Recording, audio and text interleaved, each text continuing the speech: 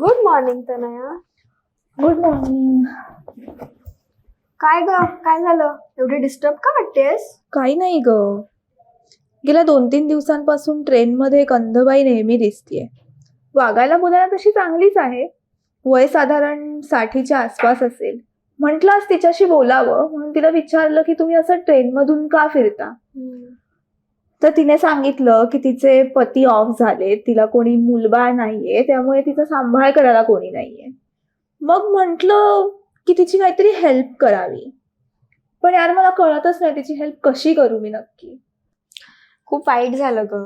पण तुला माहितीये, अशाच लोकांसाठी ना गव्हर्नमेंट एक योजना राबवते, संजय गांधी निराधार अनुदान योजना. त्याच्यामध्ये असेच जे लोक असतात ना, स्त्री पुरुष किंवा जे अपंग आहेत, त्यांना दर महिन्याला 2500 रुपये देते. वा, काय छान योजना आहे. हा, मी त्या आजीना या योजनेबद्दल नक्की सांगेन. पण मग या योजनेची माहिती मला कुठे मिळेल?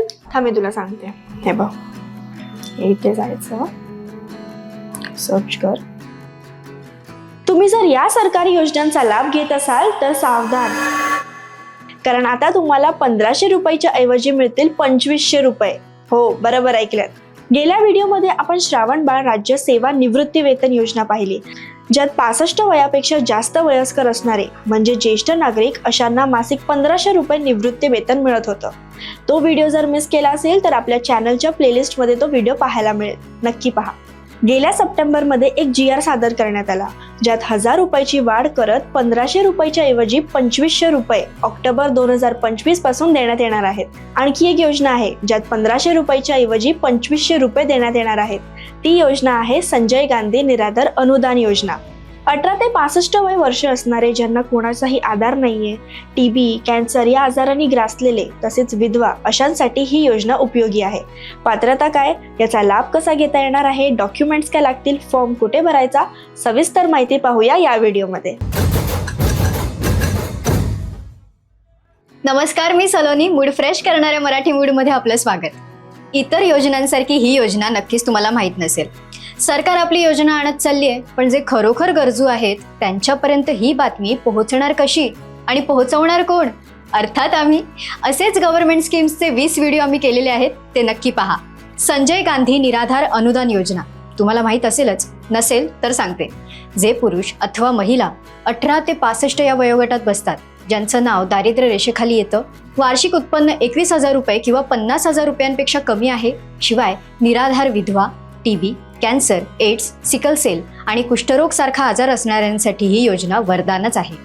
मासिक 1500 रुपयांची मदत सरकार देत होतं, तर आता ही रक्कम वाढवून 2500 रुपये इतकी करण्यात आली आहे. रोजचा खर्च भागवता यावा, उदरनिर्वाह करता यावा, या उद्देशाने ही योजना आणण्यात आली आहे. ही योजना तर कळली, आता पाहूयात पात्रता काय आहे. लाभार्थी 15 वर्षांपासून महाराष्ट्र राज्याचा रहिवासी असणं आवश्यक आहे. लाभार्थी 18 ते 65 या वयोगटातील असावा. कुटुंबाचं नाव ग्रामीण किंवा शहरी भागाच्या दारिद्र्य रेषेखालील कुटुंबाच्या यादीत समाविष्ट असावं, म्हणजेच बिलो पॉवर्टी लाईनमध्ये असावं.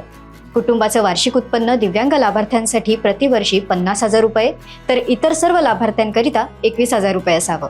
आता कोणाकोणाला संजय गांधी निराधार अनुदान योजनेचा लाभ मिळणार आहे, तर दिव्यांग व्यक्ती, अस्थिव्यंग, अंध, मूकबधीर, कर्णबधीर, मतिमंद इत्यादी प्रवर्गातील स्त्री पुरुष, निराधार पुरुष, महिला, तृतीयपंथी, निराधार विधवा, परित्यक्ता, देवदासी, अत्याचारित महिला व तुरुंगात शिक्षा भोगत असलेल्या कुटुंब प्रमुख पत्नी, 18 वर्षाखालील अनाथ, दिव्यांग, सिकल सेल ग्रस्त किंवा अन्य दुर्धर आजाराने ग्रस्त मुले मुली असतील तर त्यांना पालकांमार्फत लाभ देण्यात येईल.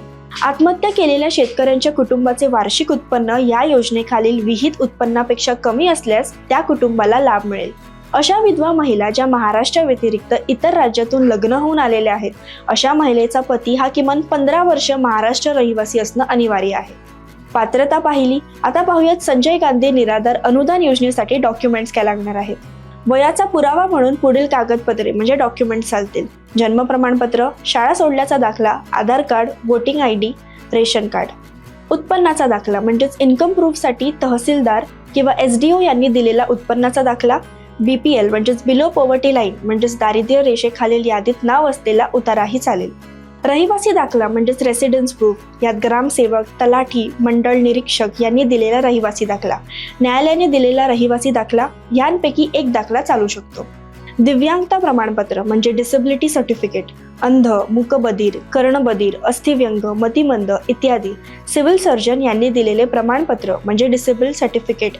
अनाथ असल्याचा दाखला यात ग्रामसेवक, मुख्याधिकारी, प्रभाग अधिकारी यांनी दिलेला दाखला, गटविकास अधिकारी किंवा ICDS प्रकल्प अधिकारी यांनी केलेली खात्री. HIV पॉझिटिव्ह अर्जदारांसाठी कॉम्पिटंट मेडिकल ऑफिसर म्हणजे सक्षम वैद्यकीय अधिकाऱ्यांनी दिलेलं सर्टिफिकेटही चालेल. आपण पाहिलं की संजय गांधी निराधार अनुदान योजनेत घटस्फोट प्रक्रियेत असलेल्या 1 वर्षापेक्षा जास्त काळ पतीने सोडलेल्या स्त्रिया, वेश्या व्यवसायातून मुक्त झालेल्या महिला, अनाथ मुले-मुली आणि विधवा स्त्रिया पात्र ठरतात. संजय गांधी निराधार अनुदान योजनेचा लाभ घेण्यासाठी त्यांना संबंधित तलाठी, ग्रामसेवक, महिला व बालविकास अधिकारी किंवा न्यायालयीन निर्णयाची आवश्यक कागदपत्रे म्हणजेच डॉक्युमेंट्स द्यावी लागतात. इतर कोणत्याही सरकारी योजनेचे मासिक लाभ घेत असतील तर संजय गांधी निराधार अनुदान योजनेचा लाभ मिळत नाही. शिवाय लाभार्थी 65 वर्षांचे झाल्यास त्यांना श्रावणबाळ किंवा इंदिरा गांधी वृद्धापकाळ पेन्शनमध्ये सामावून घेतलं जातं. ही सगळी माहिती ऑफिशियल वेबसाईटवरून घेतलेली आहे, त्याची लिंक डिस्क्रिप्शन बॉक्समध्ये मिळेल. तर ही होती संजय गांधी निराधार अनुदान योजना. तुम्हाला ही योजना माहीत होती का? किंवा या योजनेबद्दल तुमच्याकडे आणखी माहिती असेल तर आम्हाला कॉमेंट करून नक्की सांगा. जय हिंद, जय महाराष्ट्र.